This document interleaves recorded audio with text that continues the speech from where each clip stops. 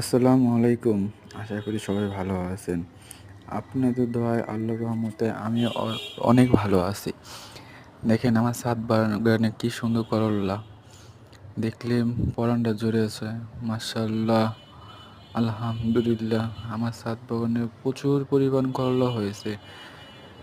দেখেন কি সুন্দর করলা, গাছগুলা সতেজ। দেখলে পরানটা জুড়ে যায়। আর সত্যি কথা কি জানেন, করলা যখন হবে এভাবে ব্যাগ দিয়ে ঢেকে রাখবেন। দেখবেন করলাগুলা কোনো কিছু হবে না। কিছু কিছু পোকা আছে দেখবেন করলার মাঝখানে ফুটা করে দেয়, সে কারণে করলা অনেক নষ্ট হয়ে যায়। এই ব্যাগগুলোতে বেঁধে রাখবেন, দেখবেন করলাগুলা সব সুন্দর থাকবে এবং সতেজ থাকবে। এভাবে বেঁধে রাখবেন। দেখেন মাশাআল্লাহ কি সুন্দর করলাগুলা।